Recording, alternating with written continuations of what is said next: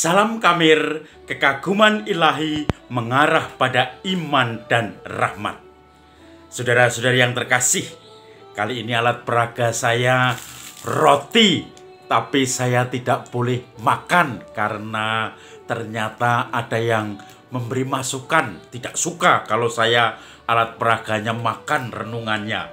Itu Bu Setiabudi Ang dan teman-temannya dari Comal, katanya tidak baik kalau memberi renungan sambil makan. Nah, maka saya sekarang pakai roti tetapi nggak mau makan karena nanti menjadi batu sandungan orang-orang yang melihat renungan saya, katanya. Ya, saudara-saudari yang terkasih, sebetulnya roti ini sudah kedudukan atau di kursi jok mobil, kemudian saya duduk karena itu maka sudah kena pantat saya. Maka saya juga nggak berani makan. Ya. Tetapi intinya adalah roti ini dalamnya sebetulnya enak sekali. Ini dalamnya seperti srikaya. Nah, jadi ini srikaya. Jadi manisnya itu manis legit.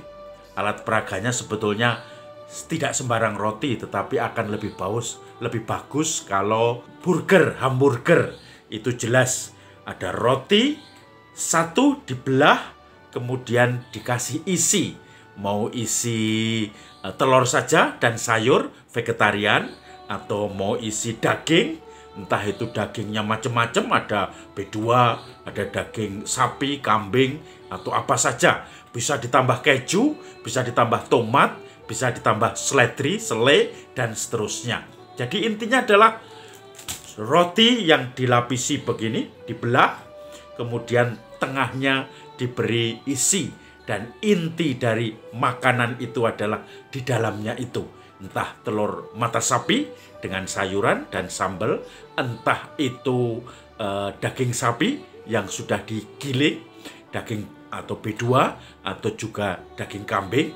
Pokoknya semua, atau ayam sudah digiling, bentuknya sudah bulat, gepeng, tinggal ditaruh, tutup roti lagi, dan orang bisa makan. Dan ini makanan favorit untuk anak-anak milenial.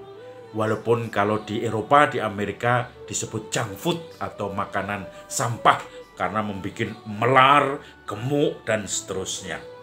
Yang jelas adalah rasa yang enak yang dipilih oleh orang yang membeli atau konsumen adalah di dalamnya. Itu yang menentukan menu. Kalau yang atas bawahnya hanya roti saja, hanya untuk memberi rasa, memegang, dan tentu saja mengganti karbohidratnya supaya kenyang. Saudara-saudari yang terkasih, Injil hari ini juga seperti itu, mirip. Karena kita akan mendengar Yesus menuju Yerusalem. Dan di tengah jalan ternyata Yesus menemukan pohon ara yang tidak berbuah. Yesus lapar. Dan ada pohon ara tetapi dicari buahnya tidak ada. Maka kemudian dikutuklah. Karena kamu tidak berbuah, maka saya kutuk. Kemudian Yesus jalan terus dengan para murid. Sampai di Yerusalem, Yesus kaget melihat bagaimana bait Allah menjadi tempat berjualan. Menjadi sarana untuk mencari keuntungan pribadi. Menjadi sarana untuk menindas orang lain. Karena orang-orang yang menjual hewan-hewan persembahan itu dikuasai, dimonopoli oleh orang-orang bait Allah. Sehingga mereka bisa menjual harga kambing atau domba untuk persembahan, burung tekukur, burung merpati, seenaknya sendiri. Dan tidak mungkin yang memenuhi syarat itu mereka yang memberikan daftarnya. Maka tidak mungkin warga dari jauh membawa hewan, kemudian untuk persembahan membawa sendiri. Maka mereka kebanyakan membeli hewan persembahan itu di situ. Juga untuk persembahan uang, tidak berlaku uang umum, karena waktu itu di bawah Romawi. Uang yang berlaku di bait Allah adalah uang bait Allah. Maka di pintu bait Allah, di koridor-koridor, banyak orang yang menukar uang seperti money changer. Bagaimana mereka menukar uang dari kampungnya, kemudian akhirnya ditukar dengan uang bait Allah. Lalu kursnya suka-suka gue, mereka yang menentukan. Dan inilah pembodohan dan penindasan orang yang sederhana, yang ingin setia dengan aturan-aturan Taurat, dengan persembahan-persembahan, justru ditindas karena uang yang ditukar ini biasanya rate-nya lebih mahal, sehingga mereka terpaksa membeli uang bait Allah dengan lebih mahal. Maka kemudian Yesus marah, memporak-porandakan semua bait Allah itu. Semua penjual-penjual, semua money changer, semua diporak-porandakan. Kita tahu kisah Yesus membersihkan bait Allah. Walaupun di Injil hari ini, Injil Markus, itu hanya disinggung sepintas. Tetapi dari Injil Matius dan Lukas, kita bisa melihat, bisa mengalami dengan membaca, merenungkan bagaimana itu diterangkan secara detail. Yesus membuat cambuk sendiri, kemudian dicambuki mereka. Yesus memporak-porandakan dan mengatakan, jangan rumah Bapakku ini menjadi tempat berjualan. Maka teringat orang akan kitab Taurat. Cinta rumah Bapakku menghanguskan aku, membuat Yesus marah. Tetapi dengan yang kecil-kecil, kita tahu pedagang-pedagang kecil, mereka oleh Yesus hanya disuruh pergi. Penjual merpati, tekukur itu kan bandarnya kecil, untungnya juga kecil. Mereka hanya diusir. Tetapi yang gede-gede, penukar uang, kambing, domba, itu semuanya kemudian dicungkir balikkan. Saudara-saudari yang terkasih, itu sebetulnya inti dari Injil hari ini. Pembersihan Yerusalem sebelum Yerusalem menyambut Yesus sebagai orang yang akan dikurbankan, yang akan menjadi korban salib di Golgota, yang akan ditangkap dan diadili.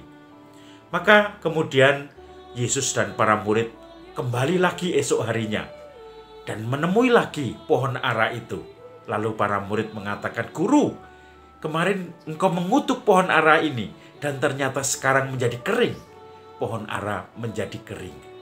Dan kemudian Yesus pun mengatakan, kalau kamu punya iman sebesar biji sesawi saja, kamu bisa mohon kepada Bapa, memindahkan gunung, memindahkan pohon-pohon. Artinya tidak ada hal yang mustahil dari Bapa. Maka saudara-saudari yang terkasih, kembali ke roti hamburger tadi. Rotinya yang di atas melenuk, kemudian intinya adalah daging-daging, kemudian sayur, bahkan ada yang kalau beli double decker, artinya masih ada daging, masih ada telur, masih ada sayur, kemudian baru roti yang bagian dasarnya. Maka ketika melenuk ini, pohon ara, Yesus berjalan ke Yerusalem. Itu untuk pembukaan bahwa Yesus mengutuk pohon ara. Kemudian intinya adalah ketika Yesus memporak-porandakan bait Allah, membersihkan, yang tidak berbuah akan dibakar, yang berbuah akan dibuat subur. Yang bawahnya adalah ketika pohon ara sudah kering, ketika mereka kembali. Maka cerita itu sebetulnya cerita berbingkai, metodenya seperti roti hamburger tadi. Jadi masuk Yerusalem, ketemu pohon ara, keluar pun ketemu pohon ara. Tetapi intinya adalah pembersihan di Yerusalem. Maka sebetulnya Injil hari ini merupakan test case Yesus masuk ke Yerusalem. Karena ketika perjalanan ke sana, Yesus sudah mengatakan, kita pergi ke Yerusalem menyongsong kesengsaraan. Para murid juga mengatakan itu. Dan kemudian begitu masuk ke Yerusalem, pembersihan Yesus semuanya, dan orang pun menjadi heran. Kuasa apa yang dia bawa? Maka saudara-saudari yang terkasih, Yesus ingin mempersiapkan pengajarannya di Yerusalem. Ingin mempersiapkan karya puncaknya di Yerusalem.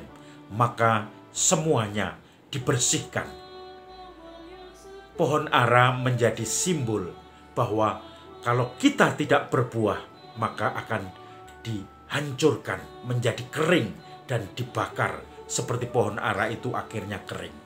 Tetapi ketika kita bisa berbuah, Tuhan melihat dan menemukan buah dalam hidup kita, maka kita pun akan dipupuknya, akan diberi air, akan dirawat sehingga kita berbuah 100 kali lipat.